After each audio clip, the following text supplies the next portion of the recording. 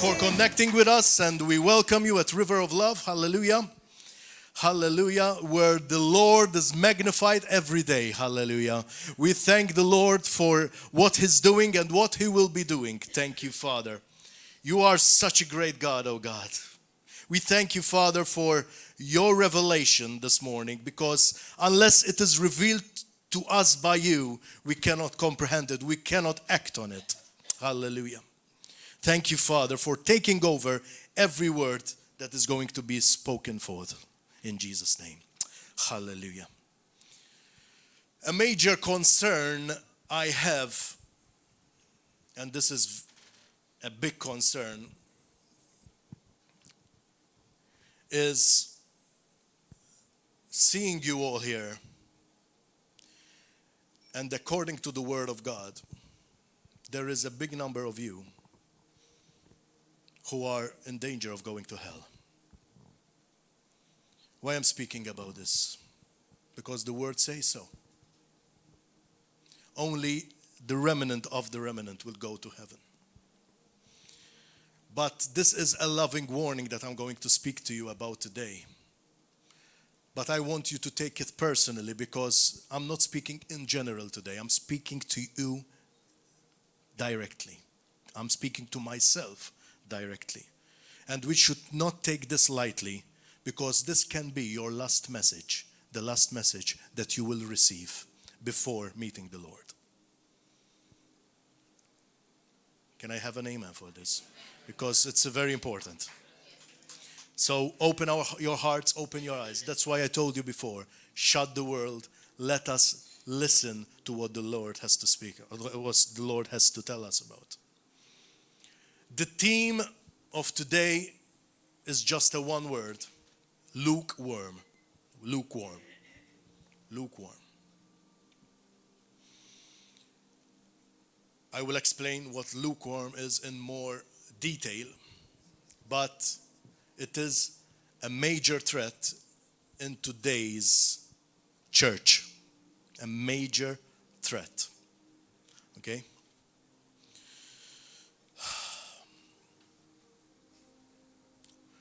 Glory to God. With the same price of an espresso I pay in the morning, that same price is someone's wage of the day in another side of the world. And that is when you say, I'm speaking about €1, €1.15, Yet these people, the same people that I'm speaking about, are among the rich in their own land. Because some of them don't even have a wage. Some of them are like the birds, seeking food and trying to make it throughout the day.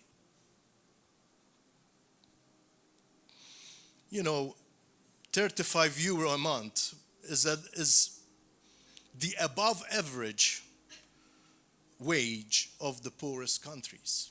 35 euros a month. Malta's average salary, to give you a comparison, it's about 1,100 euro a month. That is 31 times more than the above average salary than these poor countries have. If you have food in the refrigerator, clothes on your back, and a roof over your head, and the place to sleep, then you are richer than 75% of all the world. I'm trying to take you into perspective of who you are at the moment. If you have money in the bank, in your wallet, and spare change in the ashtray of your car or in some place, then you are among the 8% most wealthy in the world. 8%. You are part of those 8%.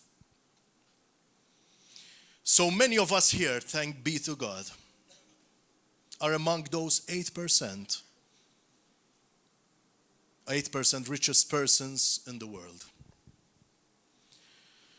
Secondly, you live in a country rated as the second safest in the whole world.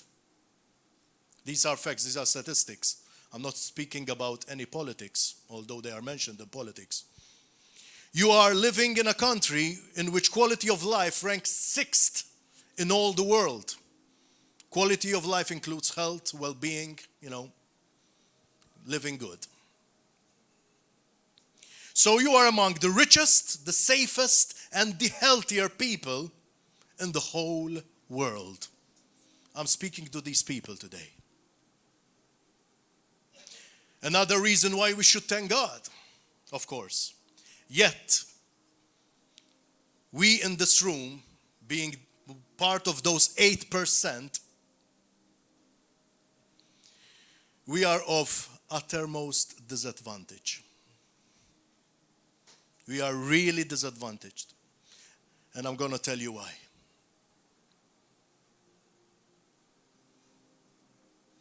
We go to Luke 18, from verse 18 till 29.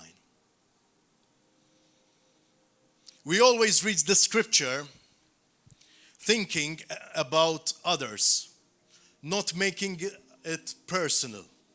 We think that he's speaking about a rich person who is filthy rich, he has money to spend, has yachts, has aeroplanes. But Jesus is here today speaking about the 8%. He's speaking about you. He's speaking about me. We are the filthy rich. When you compare it with statistics in the world, you are the filthy rich. So this message, this scripture is for you and me. So do not say, it's not easy for the rich man to go into heaven, as Jesus said, and you are thinking about the person that has half of Parchville. No, he's speaking about him, of course, but he's speaking about you as well, because you are part of the 8% most richest person on earth. So, trying to put you into perspective so that this message, you take it personally, because he's speaking about you, Jesus. Hallelujah. A ruler asked him, verse 18, okay? Good teacher, what must I do to inherit eternal life? Why do you call me good? Jesus asked him. No one is good but one, God. You know the commandments. Do not commit adultery. Do not murder. Do not steal. Do not bear false witness. Honor, hallelujah, your father and mother. I have kept all these from my youth, he said. When Jesus heard this, he told him, you still lack one thing. Sell all that you have and distribute it to the poor, and you will have a treasure in heaven. Then come and follow me. After he heard this, he became extremely sad because he was very rich. Seeing that he became sad, Jesus said, he's speaking about you right now. Open your ears. How hard it is for those who have wealth to enter the kingdom of God, for it is easier for a camel to go through the eye of a needle than for Alton to enter the kingdom of God. Those who heard this asked, then who can be saved? He replied, what is impossible with man is possible with God. Therefore, it's not about your riches. It's not about your deeds, of course. It's about Jesus. Amen. Then Peter said, look, we have left what we had and followed you. So he said to them, I assure you, There is no one who has left a house, wife or brothers, parents or children because of the kingdom of God who will not receive many times more at this time. So not only in eternity, at this time and eternal life in the age to come. It is hard for the rich to go to heaven, as we're seeing. Who are the rich? The comfortable. For those who really do not have any lack in life, this is it. Many of us, let's take it seriously. Many of us do not lack anything of the basics, at least, in life. We don't lack it. We don't have a need for such things. We maybe have the need to, get that extra cash to have a more comfortable life, but the needs are all met, thank God. But that lack of need will put us into a position where we sit nice and pretty and does not compel us to live as God, as the Lord wants us to live. That is why Jesus is here saying that it's easier for a camel to go through an eye of a needle than for a rich man, for a comfortable man, for a man who does not have any lack to go into the kingdom of heaven. He's speaking about us. And that is why you see the church, most of the church, lukewarm. Let me explain what lukewarm is in more depth. Hallelujah. Soon. Hallelujah.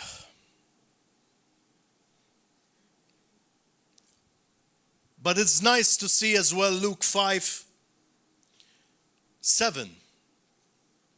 When Jesus came to the place, he looked upon them and said, Zacchaeus. Now Zacchaeus was a filthy rich man. He was a rich man. He was a very rich man. He was a tax collector. He used to rob a lot of people. So he was a rich man. In the world standards. Amen. Zacchaeus, hurry and come down, because today I must stay at your house.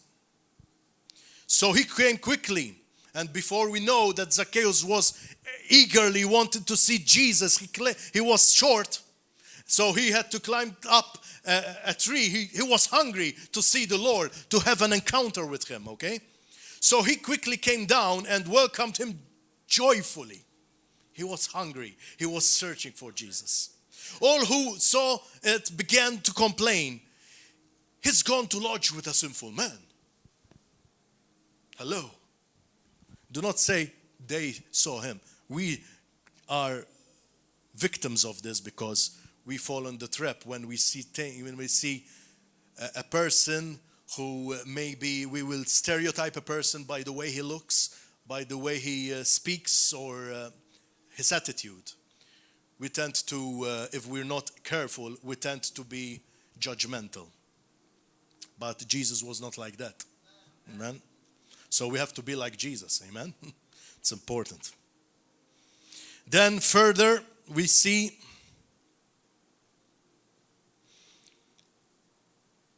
but Zacchaeus stood there and said to the Lord, look, I'll give you half of my possessions. I will give half, not you, half of the possessions to the poor.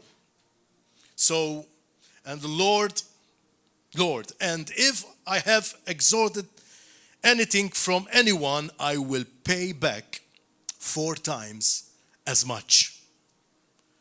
So we see a contrast between the rich man where he came and told him, I've done everything. I've followed all the commandments. And when Jesus prompted him to sell everything to give to the poor, he just went sad because he knew that he just discovered that his Lord was not the Lord, but the Lord was the Lord money and his comforts and all that he had in this world. In contrast, and maybe the people of the world, even the church, would say, oh, he is a good man. He's always at church. He just praises God. And you see him doing everything. Probably he would be categorized by the church that way. In contrast, we see Zacchaeus, who is a rich man like the other one. Everyone knew that he was a sinner. And everyone was putting judgment on him. Yet, he was hungry for the truth. He was hungry to see Jesus. He wanted him in his life so much that he already detached from the things of this world and said, oh, I know that I'm a sinner. I'm going to give 4 times back what I've stolen. And I'm going to give my half of my possessions to the poor. That means that he has a change of heart. He met Jesus. And he changed him radically. See what Jesus replied to Zacchaeus. Today, when he said that, salvation has come to his house. Hallelujah. Because he too is the son of Abraham, for the Son of Man has come to seek and saved the lost. He was lost and now he's found. Hallelujah. Glory be to God. A wealthy man has been saved. So this is not a message of condemnation for wealthy people, for you as well, because you are wealthy. Today you have to recognize, today instead of grumbling that you don't have sufficient money, you have to thank God because you are among the 8% of the wealthiest people on earth. Amen. So we have to change perspective of the way we see ourselves. Amen. So we have to thank God. But apart from that, we see here that Jesus was not referring on having possessions in this land unless they take you as a slave. Unless they hinder you from being compelled to be on fire for the Lord and be an asset in the kingdom of God. If that is putting you in a lukewarm position, that is putting you in a passive mode, that is something which Satan wants. Satan doesn't care if you are a Christian. Satan doesn't care if you come to River of Love. Satan doesn't care that you give your tithes and offerings. But Satan cares if he sees you on fire, acting into the kingdom of God. Satan cares if he sees what you are sowing, you are reaping, because you are allowing the Holy Spirit to move forward in your life. Hallelujah. It is no coincidence that today we celebrate Pentecost, because the Holy Spirit is here. More than ever. He's always here. We don't celebrate it once a year, of course. He's always here. It's always tangible. His presence is tangible. So open your hearts, because he's here and he will flood you if you do so. Hallelujah. Thank you, Jesus. Hallelujah. Like we see another perfect example from the Bible. Another rich man, the one which we don't acquaint to rich man, but he was rich because he had enough money to buy a field. Okay, so he was rich, comparing to the statistics that we had. So that person, that once he discovered that there is a treasure hidden inside a field, he knew. He was the only one to know about it. he went to sell everything that he had to get that field with the treasure inside. It is our life as Christians, brothers and sisters. We discovered the treasure of heaven. Heaven has been made bankrupt by the Father in sending Jesus to us so that he can die and he would take all our punishment and curses and sickness upon him so that we can have what he had rightly in the kingdom of God. He has made heaven bankrupt for our sake. This is it, brothers and sisters. And he didn't do it for us to sit pretty in a church. He didn't do it because we come on a Saturday, on a Wednesday, on a Sunday, and then just live life trying to make ends meet because, I wouldn't be able to go for that extra vacation, or else always worrying that you will just save money for a bad day. What's the bad day? Who's the Lord of that bad day? Who is the Lord of that bad day? Jesus is the Lord of that bad day. So we have the authority by his name that bad day will change into a glorious day. Hallelujah. But we have to believe it. Because the very thing that we are overworking and letting the kingdom of God aside, it's showing us one thing, that we don't trust in the Lord. That we are trusting in our means. And we become lukewarm. Jesus opened the eyes of our hearts this morning, Lord. As we receive this, because I am sure that the enemy was trying to put walls at the moment, but we destroy them right now in the mighty name of Jesus Christ. So that word will seep into our hearts and it will leave an imprint of fire inside it that will never go. Hallelujah. Let it be, my Father, in Jesus' name. Hallelujah. Defining lukewarm. I'm going to give you words that describe lukewarm that can be used instead of. Lukewarm is indifferent, half-hearted, unenthusiastic, tepid. That means it's neither hot or cold, which we will mention it in Revelation. Uninterested, unconcerned.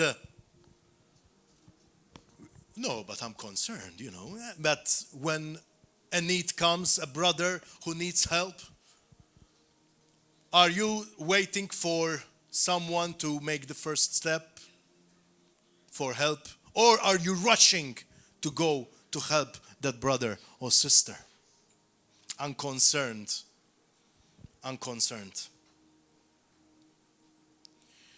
Impassive, dispassionate.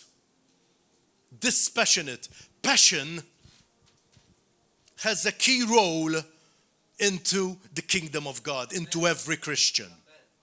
You cannot say, because I'm made like that. You were like that before you were born again. So if you are truly born again, you are on fire.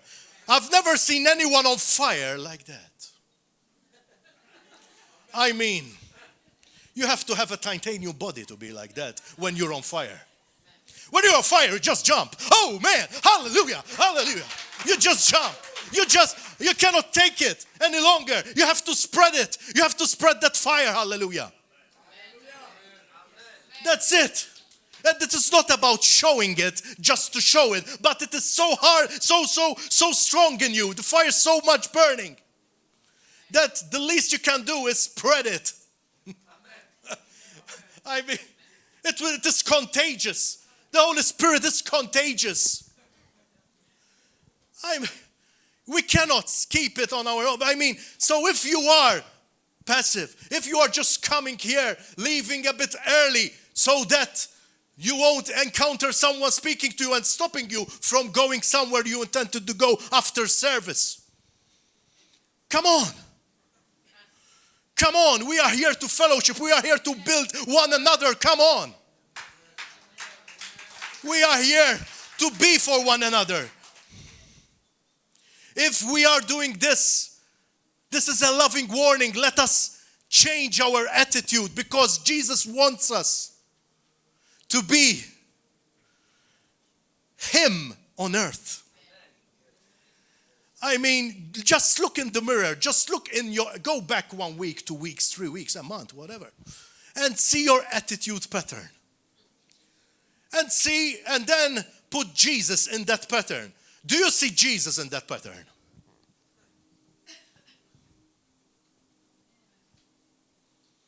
Come on. Do I see Jesus in that pattern? Another word for lukewarm is couldn't care less. Couldn't care less.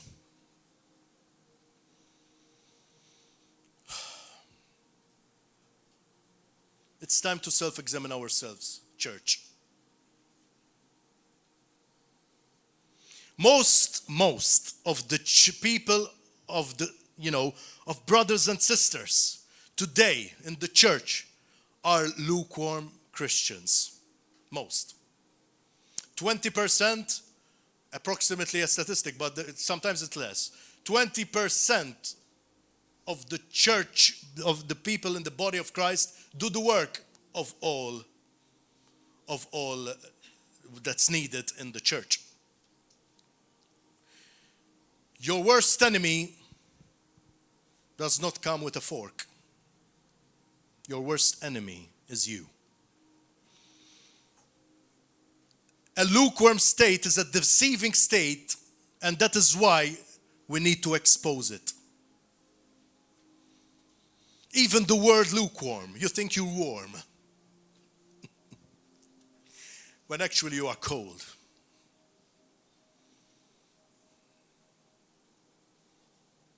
There is no warm in the kingdom of God. There is piping hot in the kingdom of God.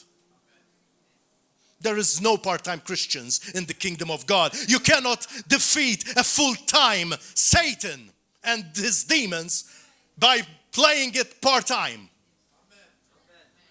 That is another form of deceit which will lead you to a spiral downfall.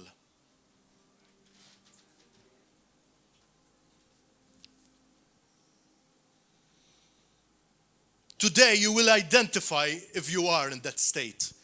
I think you already are identifying. If you are, better turn on the heat of the Holy Spirit. As lukewarm will take you straight to hell. We will see later on, Jesus will just spit you out of his mouth. It's not nice. It's not nice at all. I want to make a distinction, and it's important for especially for those new in Christ. How many of you are new in Christ here? You're relatively new in Christ. Praise God. Praise God. Okay. Welcome. I want to make a clear distinction because we have to distinguish between an immature Christian, a baby in the Lord, okay,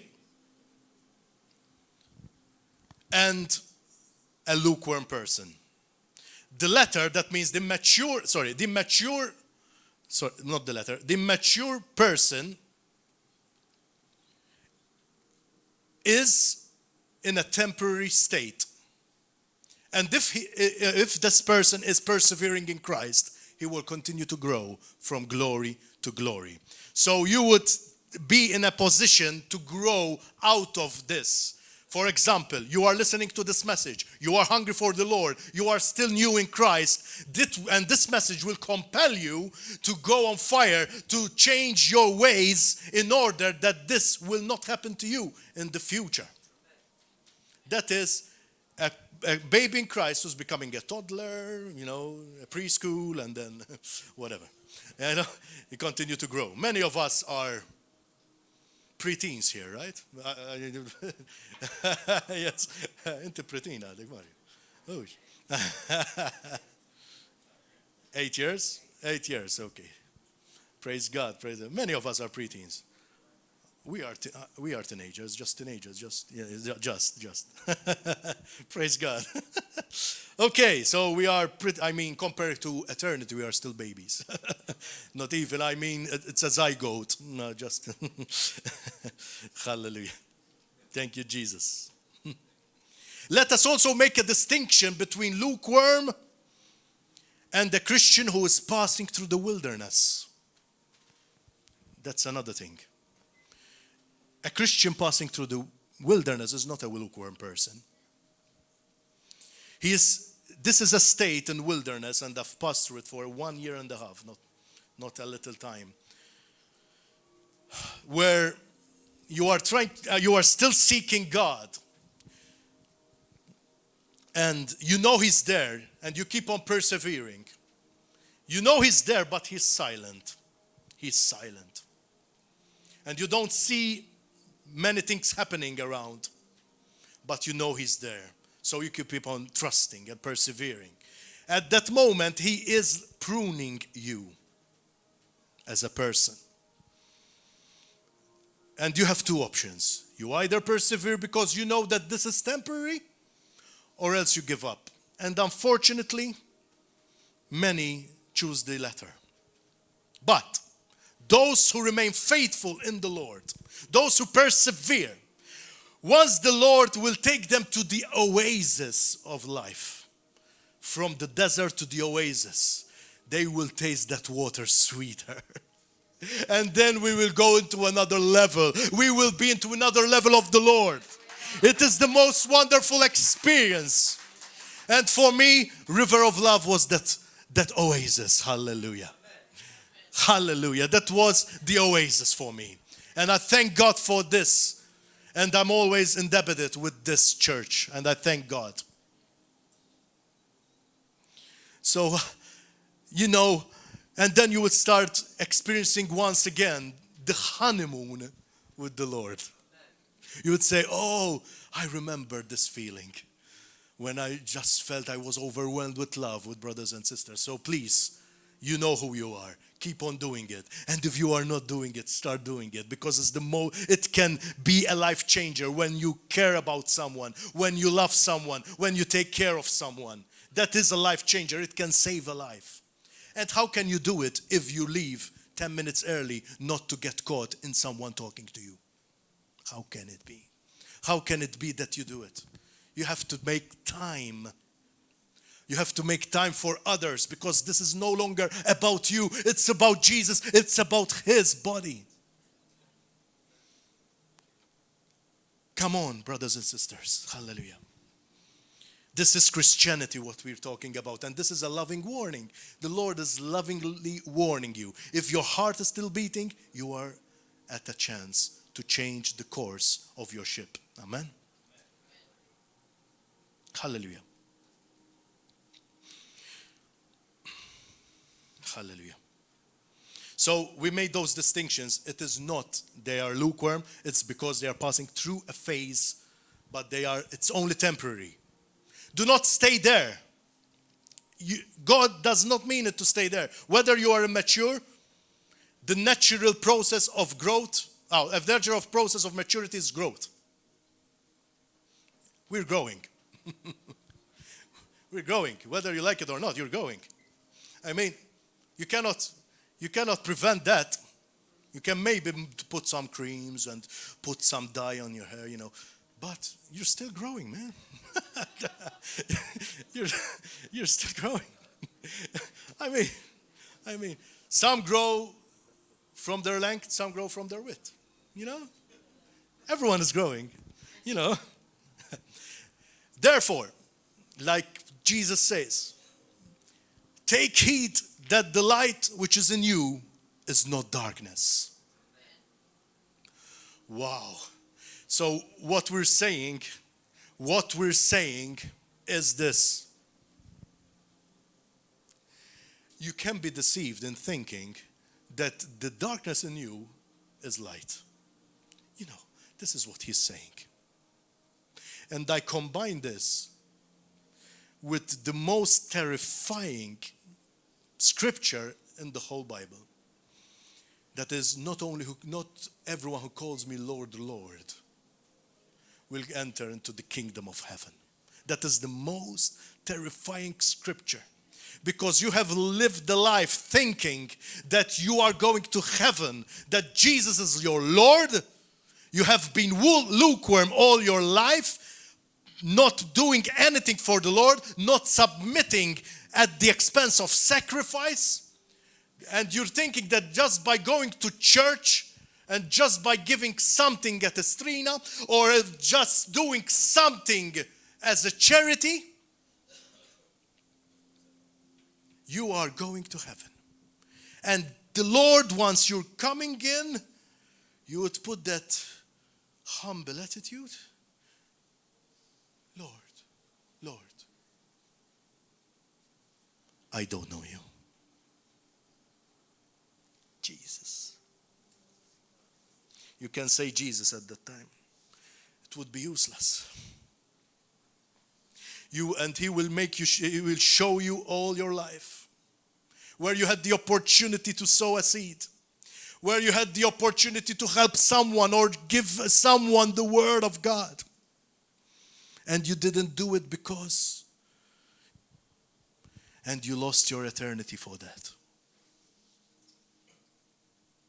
Picture it. That is the most terrifying scripture for me in the whole Bible. That represents, for many of us, hell. And the Bible says, when you see the parables of the sowing, the seed sowing, you see it along all the Bible, especially in the New Testament, that few will be the ones. Few in the church will be the ones who are saved. Like the 5 virgins with the oil, the 5 virgins without oil.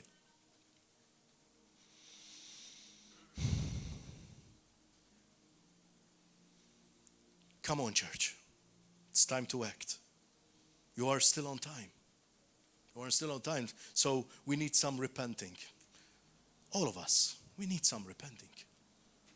Hallelujah. Thank you, Jesus. Thank you for this opportunity, Lord. Thank you for giving us this word and for helping us to save our lives so that we know what we're really offering you at the end of the day, Lord. Help us, Lord, to understand more. Give us deeper revelation. Hallelujah. Do not think of what you're going to eat later on. You are eating already a big buffet that the Lord is preparing for you. Hallelujah. Let's think about who are. Maybe you can acquaint yourself with one of these. If you can tick one of these, that means that you need to change your course, okay? It's not judging you, it's helping you identify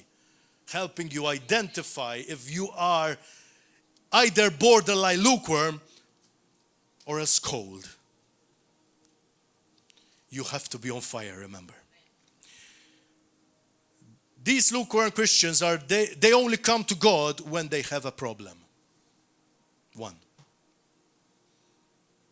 Okay, you have maybe backslidden and then you're coming to the Lord. But you are now determined to remain in the Lord. That is something else. Okay? Don't feel condemned if you just backslid. For maybe someone is listening in YouTube that you backslid and you're coming to the Lord.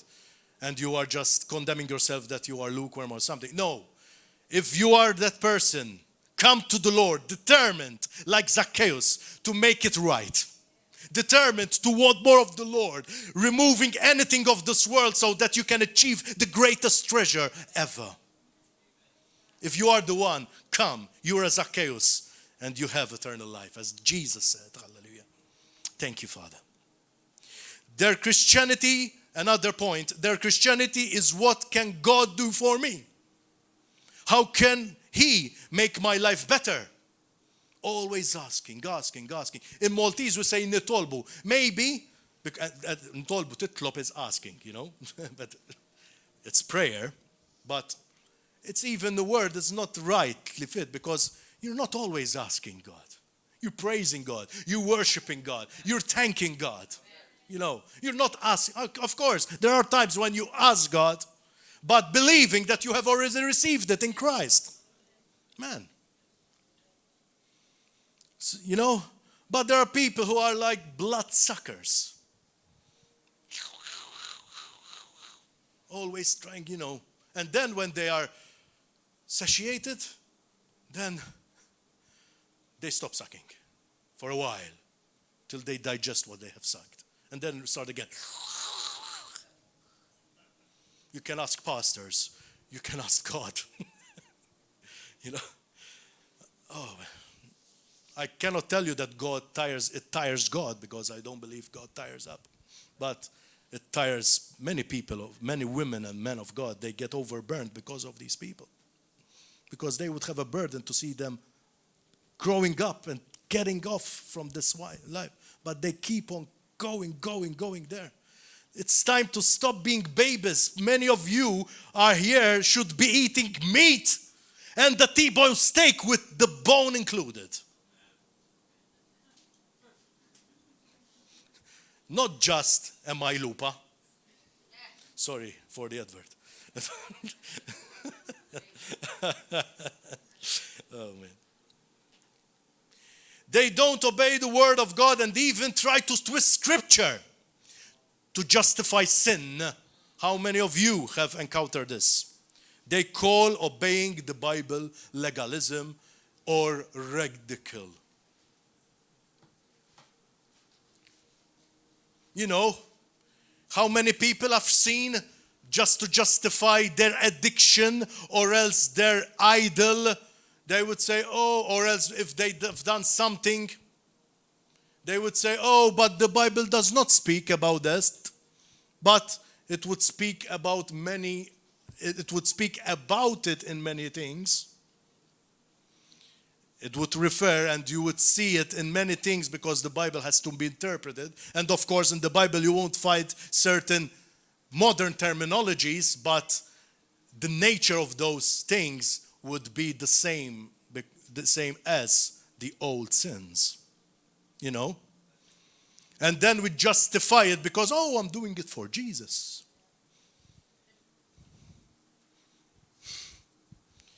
Turning scriptures like, oh, you know, the government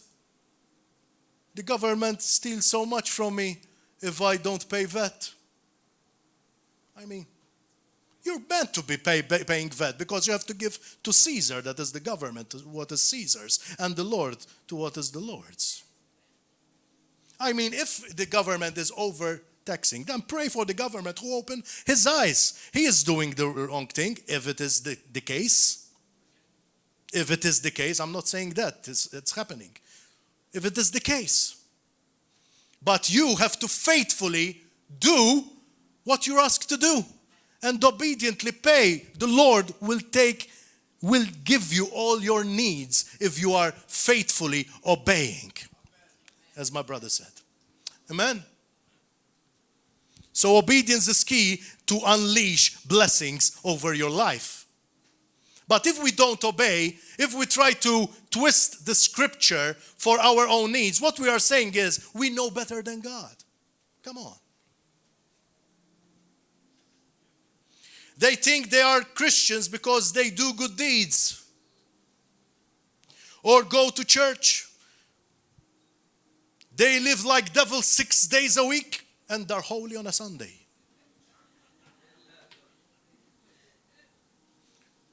I mean, it's happening because they think that behind closed doors, that the Lord is not there, you know.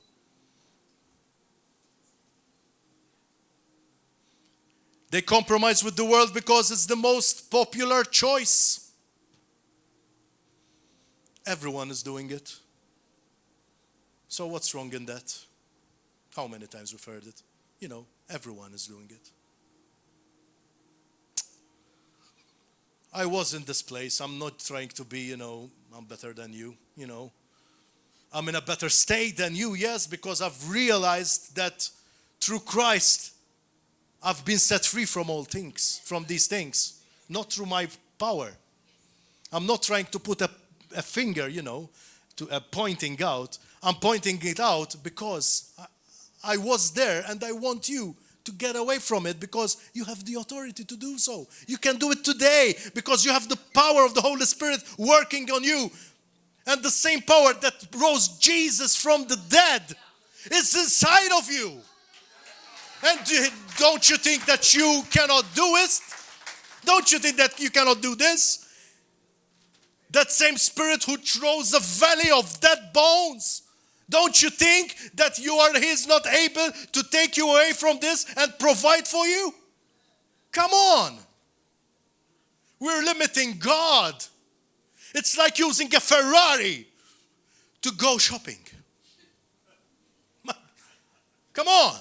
Ferrari is meant to be, in a lane, in a circuit, going at 300-400 kilometers per hour. You are a Ferrari. Many of you are thinking you are still an Anglia. Come on. And not one of those half-hour Anglias who you have an engine bigger than their bonnet, a standard Anglia. I love Anglias. And you, okay, that's it. And and you will cry if you crash with an Anglia. If you have a modern car, you get a matchbox then. Oh God. Okay, let's continue. They only want to be a Christian because they are afraid of hell. And this is even diminishing as well, because there is no fear of hell. I believe this is our fault because in general, as preachers, we're not preaching enough about hell. Jesus preached more about hell than heaven, They have no repentance. They are not truly sorry for their sins, nor do they want to change. And that is the problem. There is no need for change. No need for change. When they would need for change? When they touch the bottom? And they would say, oh Lord, I cannot do anything. I cannot take this any longer. Please help me. And most of the time, it is their turning point. And the Lord told them, yes, I wanted you in that depth in order for me to raise you up. Otherwise, you wouldn't have come to me. Otherwise, you were too comfortable. Don't you know why many Christians fall sick?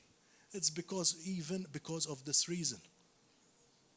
Because they think they have it all, and Jesus would be saying, oh, he's wasting his life, her life.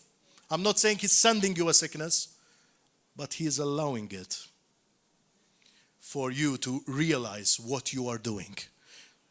He wants to set you back in the course. He wants to set you back on fire so that you can live a life which is holy, and he will heal you. He will heal you because he is faithful.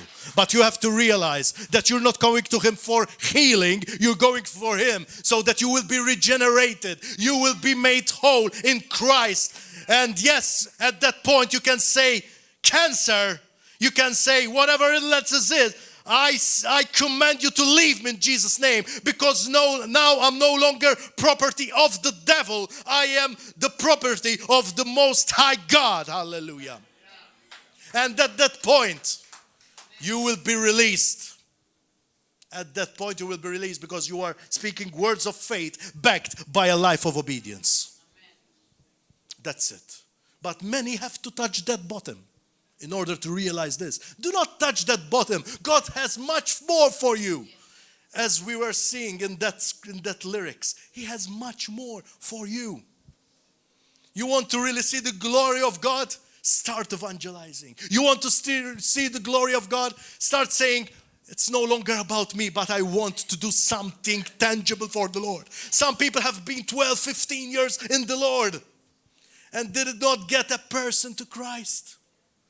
Come on.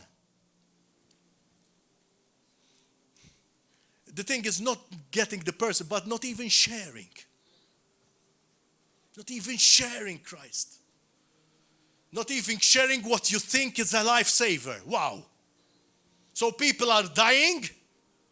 Every day thousands of people are dying and you're not sharing. You have family members who don't know that you are even a Christian, or else that you are part of a club. And they see you like this, and then they would see you like the world when you are with them. Come on. This is not Christianity. Jesus. They think they are saved because they compare themselves to others around them. I think I'm better than Chris. I've been, 13 years in the Lord. Unwavering. I think, just give an example, of course. Better than, what? Is Chris my measuring stick? When you compare it, when you put the right measuring stick, that is Jesus, you say, I didn't even yet start it. Come on. He is. We cannot compare to one another. We are to love one another, not compare one another. We are to lift up one another, edifying one another. And if the person falls back, we are to turn around and get along with him so that we can go together even stronger than before. Hallelujah. This is what church is all about. Let's do it. Let's do it. Let's be church. Let's be church. It's time to take notes and say, oh, I've lacked in this. I'm not doing this. I should be doing this. I can assure you this.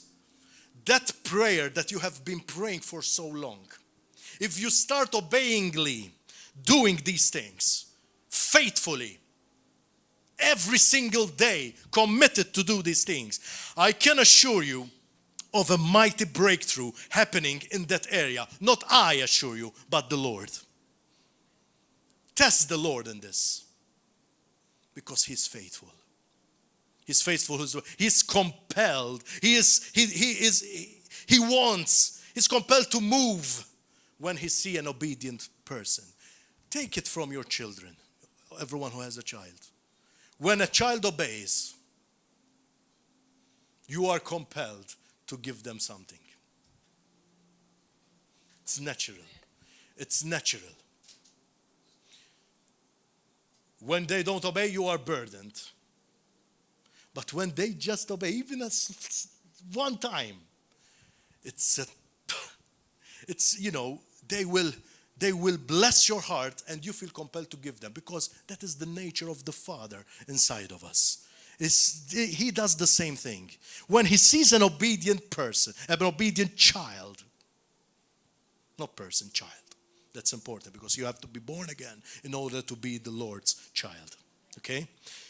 An obedient child striving to obey, he will be compelled to move in his life.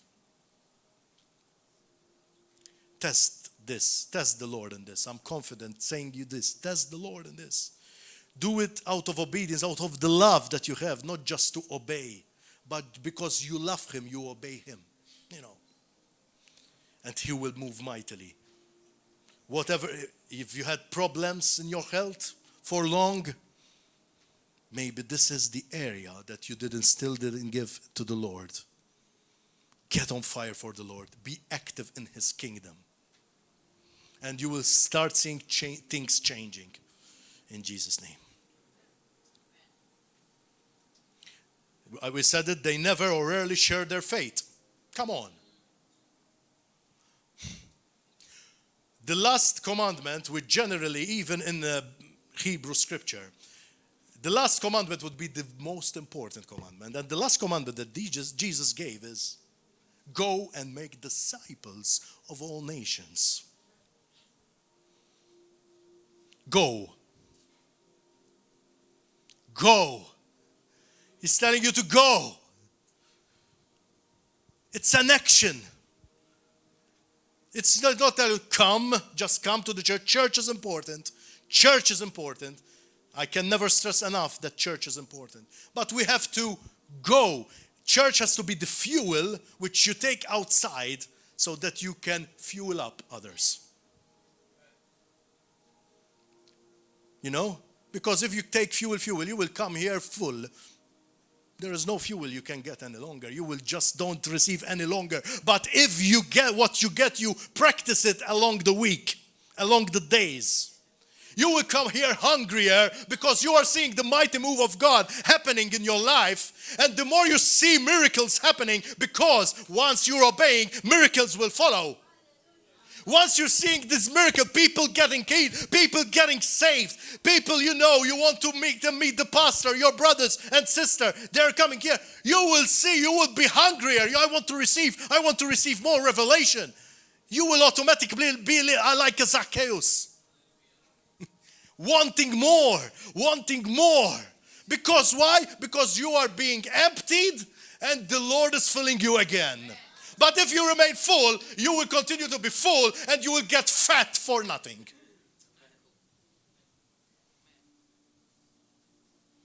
The Lord called us to be rivers of flowing water, of living water. Rivers, not a pond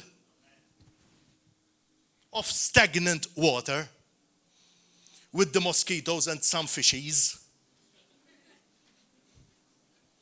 You are rivers of living water. That is, you receive and it goes out. You receive and it goes out. Flowing. And everyone who touches that water is healed. Everyone who touches that water is saved. Hallelujah. This is our Lord. And that is why you are losing it. And because you're not seeing the power of God. And when you don't see the power of God, it becomes a religion. It becomes another religion that you've entered into. You never see the God moving in your life personally, and you never see the promises. Well, what it is, it's just a textbook you're reading. Oh, praise God, and then that's it. It becomes boring. I don't want to live that kind of Christianity, where everything is boring, whatever, it's like, oh, I'm seeing others being blessed, and I'm not being blessed myself. The Lord is meant to, to be a blessing, and He will be a blessing only through you. Amen. You will be blessed when you start seeing people being lifted up from the miry clay, when you give them a word of knowledge. You will be blessed when the Lord uses you, even with a pat on the back. They would see that love. He would use you, even if you greet someone with a coffee.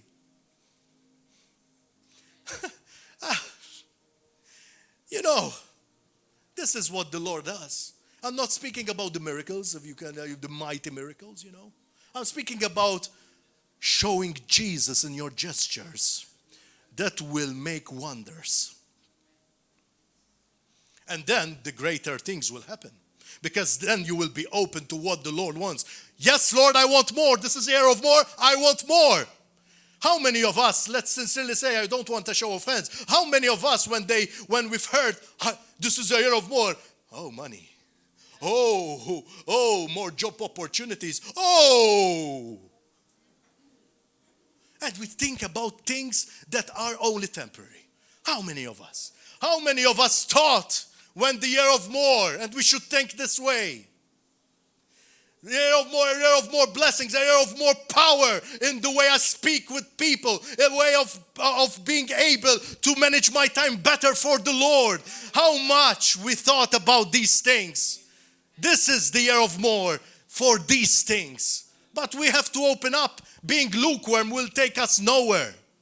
Will leave us stagnant. Come on. Hallelujah. What does the Bible say? It's all about the Bible right now, yeah? What does the Bible say? Let's see Revelation 3. It's important, this one. Revelation 3, 14 to 17. To the angel of the church of River of Love. It says that. I can see it. That's how it's written. Laodicea. Many say it's the end time church, you know. These are the words of the Amen. Wow, the Amen. Did you ever call God the Amen? He's the Word, and He's the confirmation of the Word. Amen. I love it. He is the Amen. So it's always yes and Amen. That means the faithful one. You just think about these things. Just read something. You know, just meditate on the Word of God. The faithful, then it explains it. The faithful and true witness. The ruler of God's creation. He's talking about Jesus specifically here. I know your deeds, that you are neither cold nor hot. Brackets, lukewarm. You are neither hot nor cold. Thinking you're hot, but you're cold. For the kingdom of God, neither hot nor cold is freezing, you know. I wish you were either one or the other. Just choose. Just choose, is telling you. Choose. You're either on our side or not on our side. The fence is of the devil. If you are staying on the fence today, between the kingdom of God and the world, you're staying on the fence, one leg in the kingdom and one leg in the world. You are in the world and you are in great deceit, and that is where that scripture, which I find terrifying, is. Many people are on the fence, thinking they are in Christ, but they are playing in the world. They like the world and wants to just take from the world, yet they are not receiving what's in Christ. Why? Because they are not of Christ. Thinking they are Christ's. Thinking they are of Christ. This is the greatest deceit of all Christianity. It's not going to worship Satan or idols or going after processions. It is not about that. Of course, it's not good. But it's not about that. The greatest deceit of Christianity is staying on the fence. Well, you're thinking that you can make it barely. Oh, it's okay for me if I make it barely, but I still like, things of this world. Jesus will come one day and tell you, I don't know you. But Lord, I've casted demons in your name. I've hit people in your name. I've laid hands on people and they recovered. I'm sorry, next, I don't know you. And that means hell. These are people who have done work for the Lord. Imagine if you didn't do anything for the Lord as yet. But these are people who have done things for the Lord. But they didn't do it for Him. They did it for them, to acclaim their glory, to make them see that they can do it. And the Lord is gracious, that He will still use them. So do not think that if the Lord is using you, do not think that it is automatically that you are in the will of God. Huh? You can be out of line and still the Lord use you. Because in that scripture, it states, I've cast it out. They managed to cast out demons. They managed to heal people. Yet the Lord did not know them. But the Lord wanted, by His grace, for someone, whether an unbeliever or believer, touches the lives of those who have been healed, those who have been saved. They are saved and you're going to hell. Please, do not be deceived. God can still use you and you go to hell.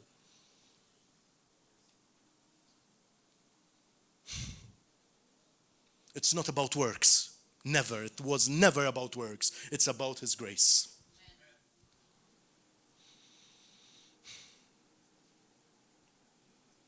Jesus. Then He said, I know your deeds that are not cold or hot. So I wish you were either one or the other. So, because you are lukewarm, neither hot nor cold, I am about to spit you out of my mouth. Because you say, I'm rich, I have become wealthy and need nothing. Okay? He categorized it. The rich man, here it is. I have become wealthy, meaning I lack nothing. And many of us, thank God, lack nothing. And you don't know that you are wretched, pitiful, poor, and naked. That is how the Lord sees us who are lukewarm. Jesus is compelling us to, verse 19, as many as I love, I rebuke and discipline. Hello? As many as I love, at hopkom jien. As many as I love, I rebuke and discipline, so be committed and repent. It's interesting. He said first, committed and repent. Generally, we just repent, and a couple of hours later, we continue to do our own thing. Be committed, so put your heart firm in committing that we will be obeying Him, and repent and live in a repentant attitude. This is important. Verse 20, listen, I stand at the door and knock. So Jesus is knocking. If anyone hears my voice and opens the door, he is knocking. You are still on time. I will come into him and have dinner with him. Meaning fellowship, meaning intimacy. Dinner with him. Dinner was not just let's go for dinner and have a chat. For the Jewish culture was intimacy. If I'm offering you food, that means that, listen, I want to be intimate with you. I want to just get with you, understand you, appreciate you, honor you. The victor. I will give him the right to sit with me on my throne. Just as I also won the victory and sat down with my Father on his throne. Wow. Anyone who has an ear? Anyone who has an ear, spiritual ear, should listen to what the Spirit says to the churches.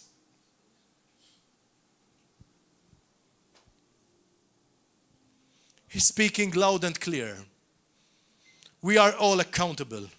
We know, we already knew, but we remained lukewarm. But today we know because Jesus specifically addressed each and every one of us. Each and every one of us has an area that we mentioned that we need to deal with it. So let us stand up.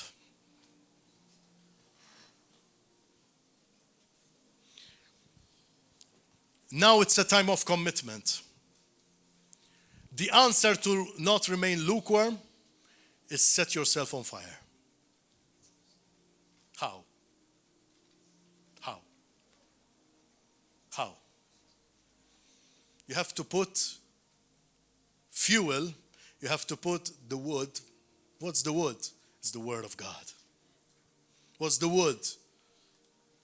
Is intimacy with God. What's the wood? It's going out there and preach the word. Is identifying your calling. And there are people after years, many years of Christianity and do not know their calling. Everyone has a calling. Identify the calling by being intimate with the Lord and move in that calling. Now, you can be called for a pastor, true. But it can be something, it wouldn't be from day one to day two. It takes a process. But in the meantime, serve. Serve faithfully. Serve faithfully even if it is not your area of competency. Serve. Just serve with all your heart. All those who have done undercover, not undercover, in Search for Timothy, I think, know that, Tony Cook was a janitor. He served as a janitor for a lot of time. He was called for a pastor, yet he first didn't want to do it, but then he realized that he had to break himself so that humble himself and do obediently and excel in what he was doing, well, even though he didn't like it. But he did it as if he's doing it for the Lord. Only then the Lord started promoting him. If we still have the eye leading, the Lord will never use us. So we have to, this is a preach for another time, but we have to remove the eye from the middle so that the Lord will reign. So let us pray. Let us lift up our hands unto the Lord this morning. Let us thank the Lord for his faithfulness. Thank you, Father, for your word. Thank you for your word that is touching our hearts and transforming our minds. Thank you, Lord, for helping us realize which areas we are lukewarm in. Help us, O Lord, to act on what we have been listening so that we will be vessels that you can use, Lord. Thank you, Holy Spirit, for more than 2,000 years ago, you flooded the lives of the apostles and you transformed them from fearful men and women to people who are ready to die for the truth and for sharing the word, and that wave continued to happen till it reached us, and it will continue to go forth till you come back, Lord, with power. But you only designed this so that the people today of this generation, the Christian of this generation, are meant to touch the lives of this generation. So here we are, Lord. Use us, Lord. Everyone says who really feels it, okay? Use us, Lord. Help us, Lord, to identify what we are lacking in order to be fully used by you. Help us get ourselves away so that you will take the way in our lives, on the throne of our lives, so that you will reign in everything we do, in everything we say, in everything we think. You will be the Lord and you will reign. And many people will come to you because of our changed attitudes. Signs and wonders will follow the moment we let you fire up our hearts by reading the word, by spending intimate time with you, and being in fellowship with one another. Thank you, Lord, because you already made things available to use them for your glory. Thank you for changing us from lukewarm to people on fire. That same fire that fell on the apostles and the disciples. Here we are. Send us, Lord.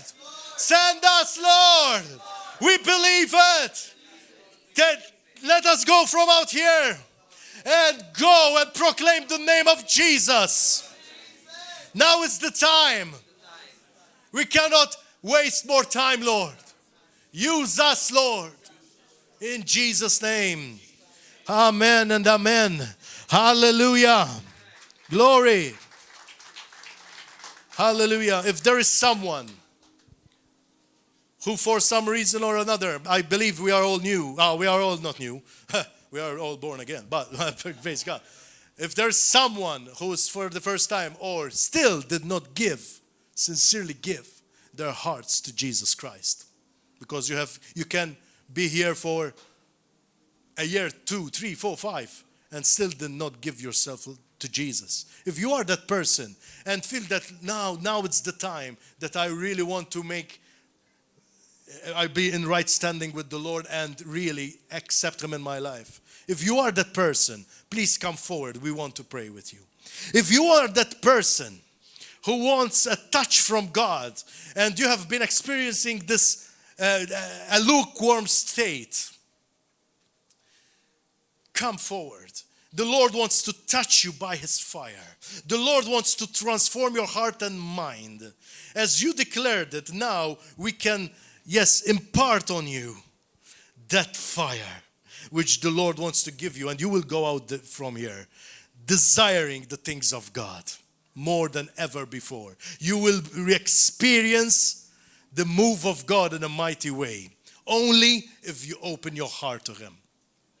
If you want to rededicate yourself, if you want to be set on fire again, please come forward. Let us be praying. If there's someone who has experiencing sickness or has been long with sickness or anything, has any problem, and a Goliath in his life, now it's time that Goliath will have his head removed in Jesus' name. Amen. So if anyone want to come forward, please come forward. Hallelujah. Thank you, Jesus. Hallelujah. Thank you, Father. Thank you for your faithfulness, God. If the stars were made to worship so loud, I can see